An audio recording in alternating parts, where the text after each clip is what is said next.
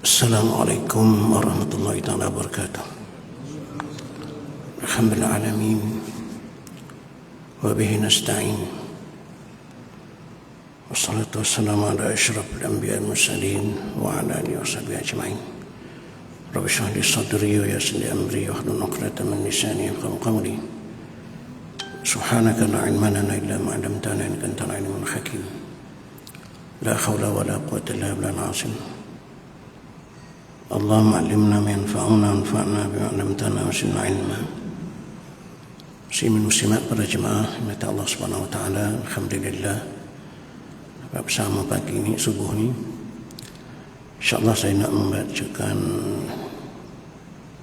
sebuah hadis untuk renungan kita bersama dari sahih yang diriwayat oleh beberapa alul hadis, antaranya Imam At-Tirmizi, Ibn Hibban, Imam Ahmad dan lain-lainnya. Dan hadis ini hadis sahih. Itu hadis dari Mu'az bin Jabal. Pada satu hari Mu'az diriwayatkan dalam perang Khaybar. Beliau berkata kepada Rasulullah, "Ya Rasulullah," qultu ya Rasulullah, kata Mu'az, "Akhbirni bi'amalin yudkhiluni al-jannah wa yub'iduni minan nar." Qala laqad sa'alta an nasin. Ada itu panjang lagi. Aku berkata, kata Mu'az, "Wahai Rasulullah," diriwayatkan ketika dalam perang Khaybar tadi, atau hari riwayat lain kata ketika Rasulullah, Mu'az dan Rasulullah sedang berjalan di satu pagi begitu, dan aku duduk dekat dengan Rasulullah, kata Mu'az. Jadi dia bertanyakan yang ni, "Tolong beritahu aku, wahai Rasulullah, tentang amalan yang boleh memasukkan aku ke dalam syurga dan menjauhkan aku daripada neraka." Itu pertanyaan Mu'az. Lalu Rasulullah kata apa? "Laqad sa'alta an azim." Sesungguhnya engkau, wahai Mu'az, bertanya tentang sesuatu yang sangat besar. Azim. Azim besar dari sudut kepayahan ke atas hawa nafsu sebenarnya, atau besar dari sudut matlamat manusia itu sendiri. Sebab kita ni dalam perjalanan. Sejak kelahiran kita, maka kita dalam perjalanan. Wa inni zahibun ila rabbi. Aku sedang berjalan menuju Tuhanku. Jadi destinasi kita dua, sama ada syurga atau neraka, yang keridhaan Allah atau kemurkaan Allah Subhanahu wa taala. Jadi perkara ini perkara besar, wahai Mas. Yang kau tanya ini sebenarnya tentang kesudahan kehidupan manusia itu, sama ada ke syurga atau ke neraka. Tapi Rasulullah kata, "Wa innahu la yasirun ala man yassarahu Allah." Namun sesungguhnya dia akan jadi mudah bagi mereka yang dimudahkan oleh Allah Subhanahu wa taala. Dengan maksud yang diberikan hidayah, diberikan taufik, bimbingan oleh Allah, maka perkara itu akan jadi mudah dan senang, walaupun susah kalau nak diikutkan dari segi asal. Ini susah kerana nak berlawan dengan hawa nafsu itu. Kemudian setelah beritahu, perkaranya biasa saja. Perkara yang biasa sahaja sebenarnya. Cuma perlu muhasabah dari kita, apa yang kita buat, yang kita lakukan itu, supaya benar-benar dia boleh insya-Allah memasukkan kita ke syurga dan menjauhkan kita dari neraka. Yang pertama Rasulullah sebut ta'budullah wa la tusyrik bihi syai'a. Engkau beribadahlah, mengabdikan dirilah kepada Allah, wa la tusyriku bihi syai'a. Jangan kamu menyekutukan dengan Allah itu sedikit pun, dengan sesuatu pun. Artinya sama ada syirik yang jali, syirik yang nyata, yang itu pastinya. Nanti juga syirik-syirik yang tersembunyi. Dalam peribadatan itu mesti dibersihkan. Itu syarat, itu yang pertama yang mesti diusahakan. Bagaimana juga firman Allah Subhanahu wa taala dalam surah Al-Kahfi ayat akhir itu, ayat 110. "Man kana yarju liqa rabbih falyamal amalan salihan wa la yusyrik bi ibadati rabbih ahada." Dan siapa yang yakin mengharapkan pertemuan dengan Tuhannya, falyamal amalan salihan, maka hendaklah dia melakukan amal saleh, wa la yusyrik bi ibadati rabbih ahada, dan jangan dia menyekutukan Allah dalam peribadatannya dengan sesiapa pun, dengan sesuatu pun, termasuklah dengan diri kita sendiri. Jangan menyekutukan Allah dalam peribadatan itu, pengabdian itu dengan diri kita sendiri. Macam mana dah? Macam mana menyekutukan Allah dengan diri sendiri? Artinya merasakan bahawa ibadah yang kita buat dengan kekuatan kita itu syirik. Menyekutukan Allah Subhanahu wa taala. Masa semata-mata bahawa aku boleh buat ibadah ini, sembahyang khususnya atau ibadah-ibadah apa yang khususi ataupun yang fardu kifayah yang lainnya, merasakan itu semua dengan kebijaksanaan aku, dengan kekuatan aku yang ada pada aku, itu syirik. Menyekutukan Allah Subhanahu wa taala dalam bentuk yang tersembunyi, yang khafi tadi. Yang itu juga kena dibersihkan. Itu yang pertama.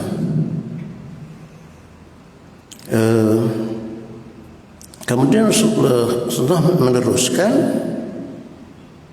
yang keduanya, waktu qimus salat. Itu saya kata tadi, untuk masuk syurga dan jauh dari neraka ni, kalau tengok-tengok bukan susah sangat. Cuma dari segi pelaksanaannya kena diperbaiki, sentiasa dimuhasabah, jangan rasa cukup dengan apa yang kita buat. Kemudian kedua, hendaklah engkau mendirikan salat, iqamatus salat. Mendirikan salat artinya menunaikan salat itu dengan menyempurnakan syarat-syaratnya, rukun-rukunnya, zahir dan batin. Bermula daripada rukun-rukun yang zahir itu dan syarat-syaratnya yang zahir itu, salat itu.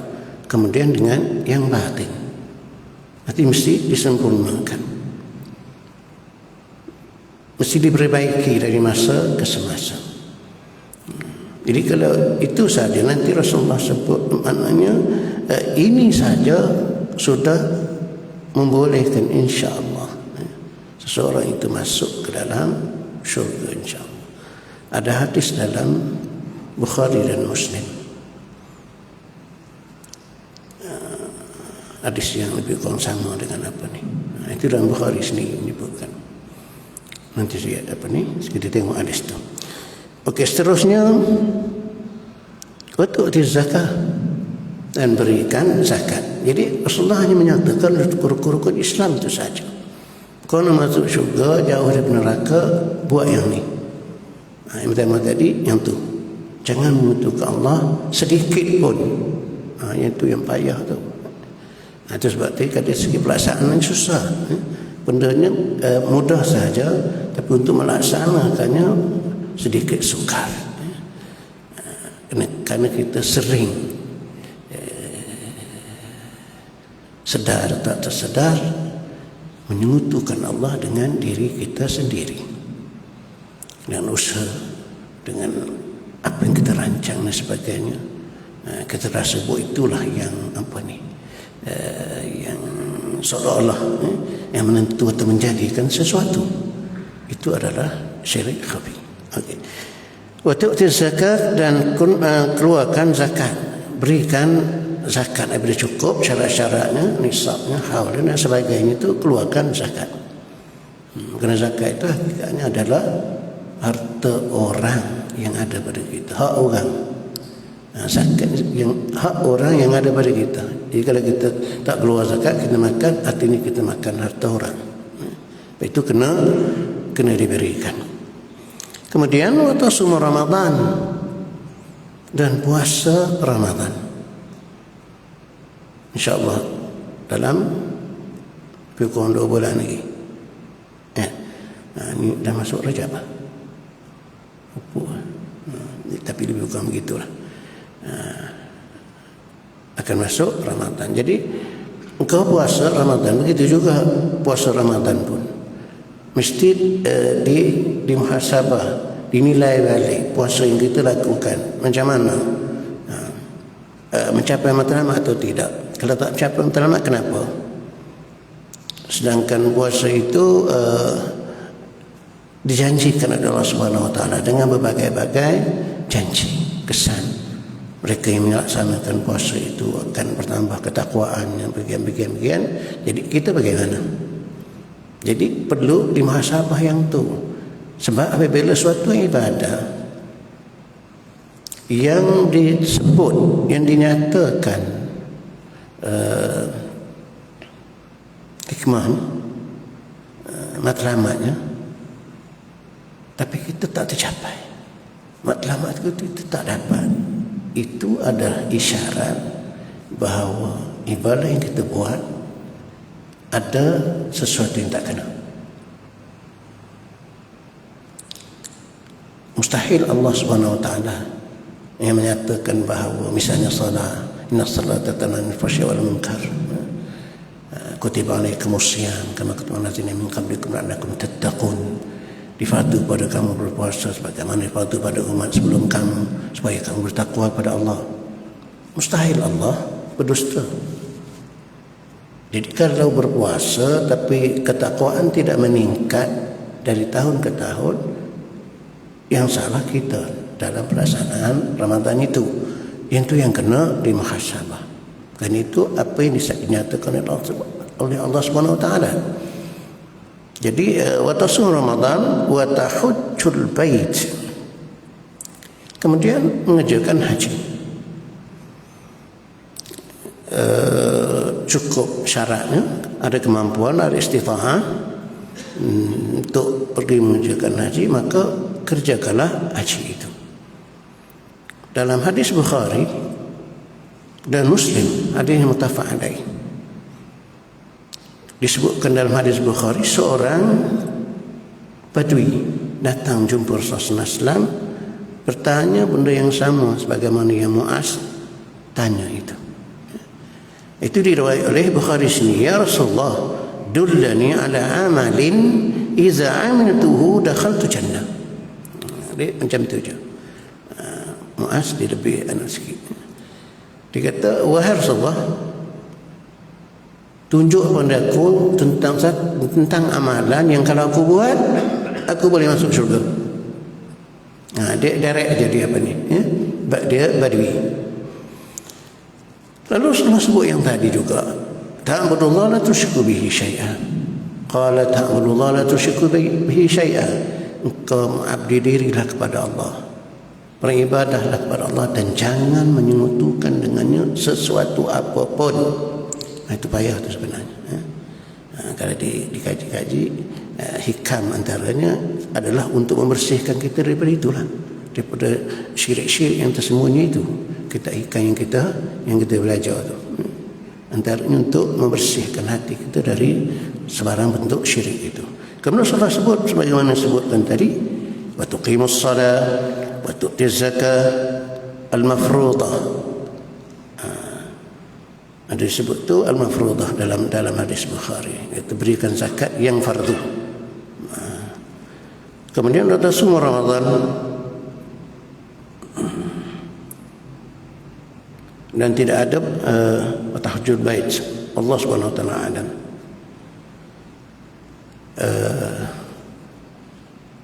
Kemudian dia kata apa? Bila Rasulullah beritahu itu, jadi kalau dikombine dua hadis ini maknanya kerjakanlah haji. Ini rukun Islam itu. Kemudian dia kata apa? Walladzi nafsi biyadihi la azidu ala hadza. Demi Allah yang diriku di dalam kekuasaannya, aku tidak akan menambah lebih dari ini. Artinya aku akan buat benda ini je. Artinya yang wajib, rukun Islam itu saja yang aku akan buat. Dia cakap depan Rasulullah SAW. Kemudian falamma walla,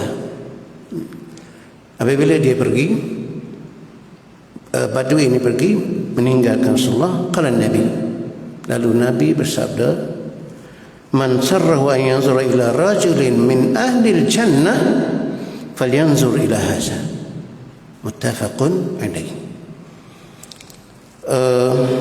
Nabi kata, barang siapa yang suka nak tengok kepada lelaki daripada kalangan ahli syurga, maka lihatlah lelaki itu. Artinya Badui itu tadi. Dalam hadis lain disebut, kalau dia benar, kalau dia ikhlas, dia benar apa yang dia kata, artinya dia akan melakukan perkara-perkara yang wajib yang disebutkan tadi, dia masuk syurga. Jadi maknanya, kalau kita melihat, sebab para ulama menyebutkan bahawa rukun Islam itu dia adalah sebagai rumus, seolah-olah macam lambang kewajipan-kewajipan. Artinya melaksanakan kewajipan Allah Subhanahu Wa Taala. Kalau tak buat yang sunat pun, yang wajib saja buat, boleh masuk syurga. Dijamin dia akan masuk syurga oleh Rasulullah Sallallahu Alaihi Wasallam. Sebab itu kena ingat, tak syurga maka ini perkara besar sebagaimana sebut. Sebab itu matlamat kita nak menuju ke sana. Sama ada kerajaan Allah atau kemurkaan. Itulah perjalanan kita. Kesudahan kita ke sana. Dunia sangat sementara. 60 tahun, 70 tahun. Hari ini, hari jadi saya yang ke-63, 1 Februari. Cepat. Saya duduk tepi Sungai Perak. Lebih kurang 50 meter saja dari tepi Sungai Perak. Masa kecil dulu main-main dekat Sungai Perak tangkap ikan. Ingat lagi, sekarang dah 63. Sangat pantas. Kehidupan dunia sangat segera. Kalau mana kehidupan akhirat memanglah apa ni, dalam 2-3 jam tak sampai pun kita hidup. Nak banding dengan akhirat, kena akhirat tu sehari pun dah 1000 tahun sehari di akhirat. Mana kalau bagi-bagi kata ni bukan sejam 2 aja nak banding dengan akhirat kita hidup ni. Kalau umur 100 tahun. Jadi sangat pantas. Dan kita dalam perjalanan menuju ke situ, syurga atau neraka. Jadi syurga neraka ni perkara besar bagi kita orang yang beriman, yang yakin dengan kehidupan akhirat. Kan itu destinasi terakhir. Sebab itu kena lihatlah apa yang disebut Rasulullah itu, sekurang-kurangnya memperbaiki muhasabah amalan-amalan wajib yang kita lakukan. Sebaiknya ditambahlah dengan amalan-amalan sunat itu, sebagaimana dalam hadis yang berikut. Rasulullah kemudiannya setelah disebut itu qala, kemudian dia berkata, dia bersabda Rasulullah SAW, qala ala adulluka ala babil khair. Lalu Rasulullah kata, mau tak aku tunjuk pada engkau wahai Muaz pintu-pintu kebaikan. Pintu-pintu kebaikan ni banyak. Tapi ini di antara pintu-pintu kebaikan yang utama. Ada 3 yang Rasulullah sebut pintu-pintu kebaikan itu. Pertama, as-saumu junnah. Puasa itu adalah junnah, perisai. Para ulama yang mensyarahkan hadis ini mengatakan puasa yang disebut yang kedua ini adalah puasa sunat. Sebab puasa wajib dah sebut atas tadi, puasa bulan Ramadan. Ini puasa sunat. Jadi puasa sunat ini adalah junnah. Sememangnya puasa itu adalah junnah, termasuklah yang wajib itu. Tapi masuklah di sini. Puasa itu adalah perisai. Perisai karena dia boleh menundukkan keinginan syahwat duniawi pada seorang anak Adam itu. Dan kita pun boleh rasa kan, kalau bulan Ramadan misalnya kan lain, hati pun jadi lain, lembut dan sebagainya. Jadi puasa itu boleh menjadi perisai dalam kehidupan ini. Dia adalah salah satu pintu kebaikan yang sangat luas. Pintu kebaikan. Kemudian pintu kebaikan yang kedua, as-sadaqatu. Was-sadaqatu tutfi'ul khati'ah kama yutfi'ul ma'un nar. Pintu kebaikan yang Rasulullah sebut, nak beritahu itu pintu kebaikan itu yang kedua adalah sedekah. Dan sedekah ini juga yang dimaksud adalah sedekah yang sunat. Nah, bukan sedekah yang wajib. Sebab sedekah yang wajib zakat. Zakat itu sedekah yang wajib. Yang itu dah disebut atas dah. Sebab ini sambungan hadis ni dalam apa ni? Hadis Tirmizi ini. Jadi was-sadaqatu tutfi'ul khati'ah, dan sedekah itu yang sedekah-sedekah yang selain daripada yang wajib itu, zakat dan segala bentuknya itu, sedekah yang lain. Itu akan memadamkan segala kesalahan yang dilakukan. Ini antara kelebihan sedekah. Kelebihan sedekah ni banyak, kelebihan sedekah ni sangat banyak. Sebagaimana api memadamkan, sebagaimana air memadamkan api, itu sedekah. Boleh memadamkan dosa-dosa yang kita lakukan, insya-Allah. Dan sedekah ni dalam sebuah hadis yang pendek Rasulullah sebut as-sadaqatu burhan. Sedekah adalah burhan, dalil, tanda. Rasulullah sebut macam tu ya. Sedekah itu adalah tanda, dalil. Dalil apa? Ya, para ulama menyebutkan maksudnya adalah dalil benarnya seseorang itu tak dalam keimanannya. Sebab sedekah itu dia dari kata dasar sedekah. Sedekah itu benar. Sedekah. Jadi orang yang bersedekah ni orang yang meyakini, yang membenarkan janji Allah Subhanahu wa taala. Sebab Allah dalam Al-Quran dan Rasulullah dalam hadis-hadis ini banyak menjanjikan bahawa barang siapa yang bersedekah, Allah pasti akan ganti.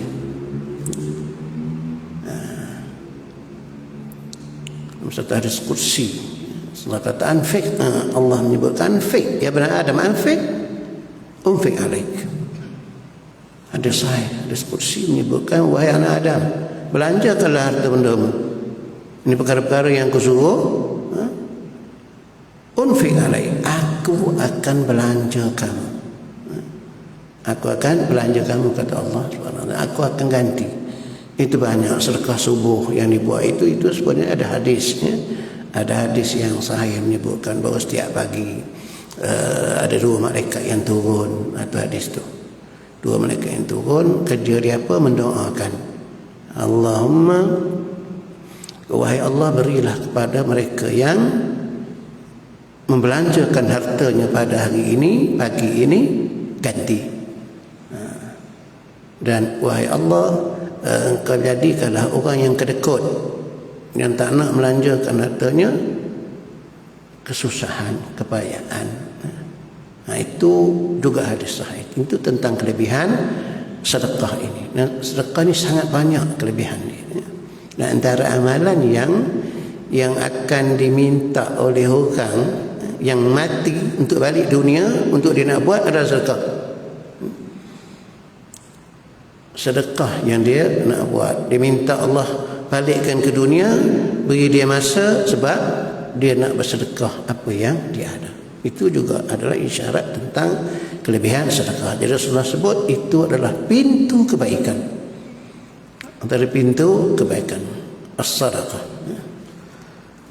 Kemudian yang akhir Rasulullah SAW, salatul rajul fi jawfil lail, yaitu sembahyang seseorang itu pada pertengahan malamnya. Itu sembahyang tahajud. Itu sunat itu sebagai tambahan tadi. Nah, itu untuk meningkatkan kita, sebab syurga pun ada banyak tingkatan. Jadi kali dengan amal-amalan itu akan meningkatkan darjat kita. Tapi untuk masuk syurga, bagaimana disebutkan tadi, di atas tu. Wa salatul rajul fi jawfil lail, sembahyang seseorang itu di tengah malam. Sembahyang itu tak payah banyak, kalau banyak lagi bagus. Tapi 2 rakaat pun memadai dah. 2 rakaat 4 okey dah. Jangan banyak sangat beban, lama-lama tak payah buat langsung. Jadi cukup. Kalau kita ikhlas, 2 rakaat 4 rakaat memadai. Sembahyang tahajud itu antara pintu kebaikan yang Rasulullah tunjukkan kepada Muaz bin Jabal. Kemudian Rasulullah membacakan ayat tatajafu wujuhum 'anil madajin wa narahum khawfan wa tama'an, itu dalam surah As-Sajdah itu ya. Rengganglah lambung mereka, rusuk-rusuk mereka dari tempat tidur mereka.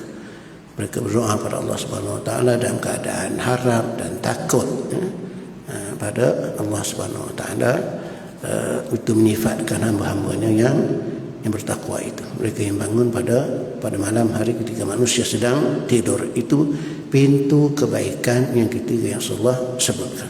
Kemudian Rasulullah seterusnya menyatakan, "Sumakal ala akhbiruka bi ra'sil amri wa amudihi wa zirwati sanamihi." Qultu bala ya Rasulullah. Wahai Muaz, mau tak aku beritahu engkau ra'sul amri kullih, kepala urusan semua perkara. Ra'su itu makna kepala, al-amri urusan semua perkara, kepala dia. Wa amudihi dan tiangnya, wa zirwatu sanamihi dan kemuncaknya. Kata Muaz, ya, naklah Rasulullah. Apa dia? Rasulullah kata apa? Qala ra'sul amri al-Islam. Kepala segala urusan itu adalah Islam itu sendiri. Adalah Islam yang diturunkan. Sebab itu Islam ni kena jaga. Dan apa urusan Islam mesti didahulukan. Sebab dialah kepala dan sebenarnya dialah pengawal kehidupan kita, yang menjaga kehidupan kita, sebagaimana dalam sebuah doa yang disebutkan, aslih lana dinana allazi huwa ismatu amrina. Aslih lana dinana allazi, perbaikilah untuk kami wahai Allah agama kami yang Islam. Huwa ismatu amrina, dia merupakan ismah, pemelihara urusan kami. Itu orang kata jaga Islam, pastikan Islam selamat, kita semua akan selamat, manusia semua akan selamat, kan Islam adalah agama keselamatan. Jadi Rasul Amri al-Islam, kepala semua urusan ini sebenarnya adalah Islam. Jadi jaga dia baik-baik, pelajari dia sebenarnya ajaran Islam itu sendiri. Wa amuduhu as-salah. Saya ringkas je lah ya. Ada sikit lagi tu. Wa amuduhu as-salah, dan tiangnya, tiang urusan ini adalah sembahyang. Bagaimana yang selalu kita dengar juga, salatu imaduddin. Sembahyang adalah tiang kepada agama. Jadi tiang sangat penting. Salah ini sangat penting sebenarnya. Cuma kadang-kadang kita menganggapnya tak berapa. Sedangkan salah ini dia menjadi kriteria penting dalam banyak hal. Sehingga kan dalam memilih pimpinan negara, as-salah juga disebut. Alladzina immakkannahu fil ard aqamus salah wa atawuz zakah wa amaru bil ma'ruf wa nahaw 'anil munkar. Orang-orang yang kami berikan peluang untuk memerintah di bumi, aqamus salah, dia mendirikan salat.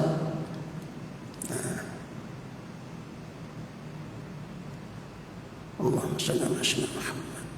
Seorang ulama, profesor atau apa yang menulis dalam siasat syariah dalam tesis tebal dia. Dia menyebutkan antara ciri-ciri pimpinan itu mesti dia mendirikan salat. Bukan dia saja. Kalau sebagai seorang pimpinan negara, bukan dia saja. Dia mesti menggalakkan rakyat di bawah pimpinannya untuk mengerjakan salat. Itu pentingnya salat dalam Islam. Dan Rasulullah sebut wa'amudu as-salat. Dan tiang urusan ini adalah as-salat. Itu kalau orang mencuaikan salat, amanah besar dari Allah, jangan harap dengan amanah-amanah yang lain. Sembang aja. Kalau semayang pun kan tak jaga, itu amanah Allah Subhanahu wa taala. Kemudian waziratu sanami al-jihad, kemuncak sami. Ziratu sanami ini asalnya itu bonggol unta tu yang belakang. Jadi itu disyarat kepada maknanya benda yang kemuncaknya adalah jihad. Di kemuncak urusan ini, urusan agama ini, al-jihad. Al-jihad fi sabilillah. Jihad juga penting. Sehingga sebagian ulama menyebutkan kalau boleh ditambah rukun Islam itu menjadi 6, maka yang ke-6 adalah jihad fi sabilillah. Jihad dengan maksud keseluruhannya lah. Bukan jihadul qital saja, bukan jihad peperangan saja. Jihad dengan maksud bazlul mu'min juhda wa taqatahu li a'la kalimatillah, talaban li mardatillah. Jihad dengan maksud sumbangan, pengorbanan seorang yang beriman, seluruh upaya yang ada pada dia, harta bendanya, tenaganya, pikirannya, untuk meninggikan agama Allah. Itu jihad. Besar atau kecil, yang tu tak ada masalah. Tapi semua dari kita sepatutnya kena ada semangat jihad itu, iaitu untuk meninggikan agama Allah, talaban li mardatillah. Dan dia buat itu semua hanya mencari keridhaan Allah Subhanahu wa taala. Itu suatu yang sangat penting. Dan Rasulullah sebut zirwatus sanamih, itu kemuncak daripada Islam, itu adalah jihad fisabilillah. Dan Allah berfirman dalam surat At-Taubah, nyatakan tentang jihad ini, kedudukan jihad ini. Qul in kana aba'ukum wa abna'ukum wa ikhwanukum wa azwajukum wa ashiratukum wa amwalun iqtaraftumuha wa tijaratun takhshawna kasanaha wa masakin tardawnaha ahabba ila Allah wa rasulihi wa jihadin fisabilih fatarabbasu hatta ya'ti Allah bi amrih wallahu la yahdil qawmal fasiqin. Katakanlah wahai Muhammad kepada mereka, jika sekiranya ayah mereka, bapa-bapa mereka, anak-anak mereka, istri-istri mereka, saudara-saudara mereka, istri-istri mereka, kaum kerabat mereka, harta benda yang mereka kumpulkan, perniagaan yang mereka takutkan kerugiannya, dan rumah-rumah tempat yang mereka suka, disebut itu 8 perkara. Ahabba ilaikum, itu lebih kamu kasih. 8 perkara itu bapa engkau, anak-anak engkau, saudara-saudara engkau, istri atau suami engkau, kaum kerabat engkau, harta benda yang engkau kumpul, rumah-rumah dan sebagainya, itu lebih engkau kasih dari Allah dan Rasulnya, dan jihad pada jalan Allah. Apa Allah kata? Fatarabbasu, tunggulah hatta ya'ti Allah bi amri, sehingga Allah akan mendatangkan urusannya, yakni siksaan, azabnya. Inna Allah la yahdil qawmal fasiqin, Allah tidak memberi petunjuk, tidak memberi bimbingan pada orang yang fasik. Maksud fasik situ itu mereka yang melebihkan kasih daripada 3 tadi, Allah, Rasul dan jihad fisabilillah. Yang lain dia lebih kasih dari 3 itu adalah fasik. Na'udzubillah. Jadi jihad mesti ada. Itu disebut dalam sebuah hadis, kalau jihadul qital misalnya, man lam yaghzu wa lam yanwi nafsuhu bil ghazwi, barang siapa yang tidak berjihad dan tidak niat pun dalam hatinya untuk berjihad, mata mitatan jahiliyah, dia mati dengan mati jahiliyah. Ini semangat jihad. Jihad dengan maksud tadi pengorbanan umat Islam apa yang dia ada, Apa yang dia mampu, apa yang dia boleh untuk menegakkan, untuk mendaulatkan kalimah Allah Subhanahu wa taala, kerana mencari kata Allah. Itu mesti ada dalam setiap diri seorang yang beriman. Bohong kalau seorang yang beriman mengaku beriman tapi tidak ada semangat jihad itu dakwaan yang bohong. Okey, seterusnya Rasulullah sebut akhirnya, ala ukhbiruka bimalaki zalika kulli, atau bimilaki zalika kulli, mau tak aku tunjukkan, kata Rasulullah, penyempurnaan bagi semua yang di atas itu, menyempurnakannya. Kata Muaz, ya Rasulullah, nak kau tunjukkan. Lalu Rasulullah memegang lidahnya, kuffa alaika haza, dia memegang lidahnya yang mulia dan berkata pada Muaz, engkau tahan benda ini. Dia jangan gunakan dia pada perkara-perkara yang tak sepatutnya, mengumpat, fitnah dan sebagainya.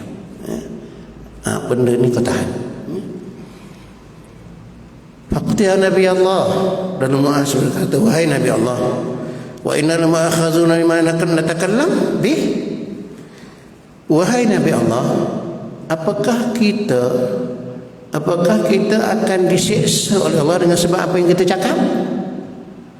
Jadi Muaz masa itu memang di awal Islam, dia tak tahu, ingat cakap ni boleh ikut dan dia. Dia tanya, kita akan dikira salahkah kalau kita bercakap benda-benda yang tak betul? Lalu Rasulullah kata apa?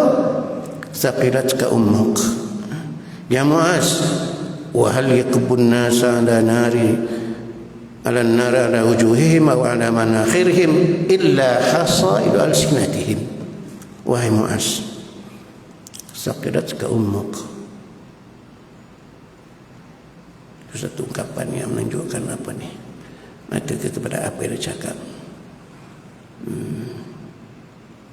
Rasulullah kata, tidakkah banyak manusia yang akan dijerumuskan ke dalam neraka di atas muka mereka atau hidung-hidung mereka.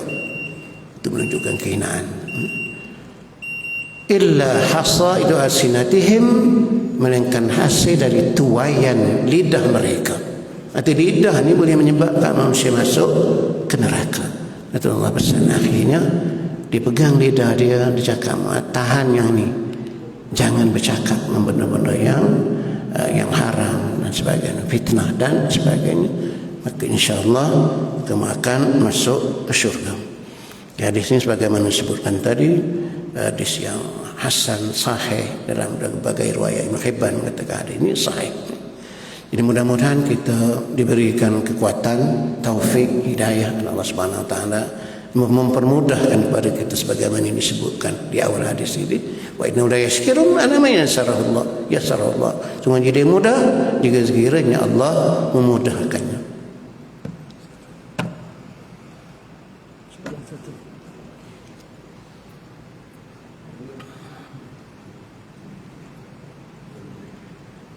Okey. Ada satu soalan. Assalamualaikum Ustaz, apakah pelaku dosa besar? Apakah pelaku dosa besar memungkinkan masuk syurga tanpa hisab? Mungkin masuk syurga tanpa hisab lah. Dosa besar memungkinkan. Takut faham dosa besar boleh masukkan ke syurga. Mana kalau dia lakukan dosa besar, mungkinkah dia masuk syurga tanpa hisab? Mungkin belaka. Dosa besar itu belum kafir. Nanti mereka melakukan dosa besar itu terpulang pada Allah Subhanahu wa taala untuk mengampunkan dia dan sebagainya.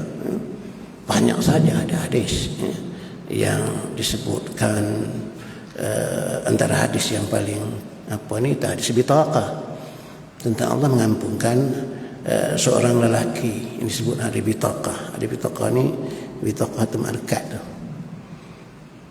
Bila dibentangkan amalan, disebut amalan itu 99 kitab amalan. Satu-satu kitab itu sepanjang mata memandang. Jauh besar kitab itu. 99 itu dipenuhi segala maksiat. Daripada muka pertama sampai muka 99. Penuh dengan maksiat. Allah kata pada lelaki itu, baca kitab engkau. Baca kitab engkau, tengok sampai 9. Kau itu, kemudian Allah tanya, ada bantahan? Mungkinkah malaikat aku tersilap tulis? Apa yang ada dalam tu kau tak buat, ditulis kau buat? Apa dia kata? Tak, wahai Allah, semuanya benar. 99 dipenuhi dengan maksiat. Lalu akhirnya Allah perintahkan malaikat untuk cari. Kau cari lagi apa benda, kau ada benda dia ni. Sebab aku tidak menzalimi hamba-Ku walaupun sedikit, kata Allah. Mereka cari, jumpalah satu bitaqah. Itu kata hadis bitaqah. Ada bitaqah tu kad. Bitaqah tu kad kecil. Macam kad kecil macam tu lah. Arab panggil kad mendalam tu bitaqah syakhsiyah. Buka lah. Tapi hamba ni dia tengok dah kad tu ada lagi. Ada satu kad, kata malaikat ni. Kata dia, hamba ni, lapalah kad ni sangat. Ini 99 kot. Panjang pun sejauh mata memandang, penuh dengan apa ni, ini kad kecil je. Tak apa, kata Allah, aku tidak menzalimi hamba-Ku walau sedikit. Buka kad tu, buka, tertulis syahadah, la ilaha illallah Muhammadur Rasulullah dalam kad itu. Artinya itu amalan hamba ini. Maka timbang berat lagi syahadah itu dengan 99 suhuf tadi, kita amalan dia tu yang sejauh mata mandang tu, berat lagi kad tu, dan dia masuk syurga. Dan soal masuk syurga tanpa hisab ini itu terpulang kepada Allah. Sebab ada satu hadis itu yang akhirnya setelah sebut juga bilangannya saya kira dalam 4 juta lebih saja yang masuk syurga tanpa hisab ni, kalau tak silap saya 4 juta atau 4 bilion begitulah. Apa ni, ada kali-kali ada 70,000 dan kali 70,000 macam tu. Tapi akhir hadis terus Allah sebut apa? Kemudian Allah rangkum dengan tangan dia 3 kali masuk syurga tanpa hisab. Yang tu tak tahu banyak-banyak mana. Yang tu tak tahu banyak mana. Mungkin sekali rangkum tu apa ni, 1 bilion 2 bilion, mudah-mudahan kita boleh terselit masuk celah rangkuman tu, insya-Allah. Jadi dari saya mungkin saja. Kerana itu pulang kepada rahmat Allah Subhanahu wa taala. Allah ampunkan, maka dia masuklah. Wallahu subhanahu wa taala a'lam. A'udzubillahi minasyaitonir rajim. Bismillahirrahmanirrahim. Alhamdulillahi alamin wassalatu wassalamu ala rasulillah. Allahumma adimna ma jahilna wa zidna ma nasina. Allahumma adimna ma yanfa'una wanfa'na bima 'allamtana. Wa sallallahu ala sayyidina Muhammad wa ala alihi wa sahbihi alamin.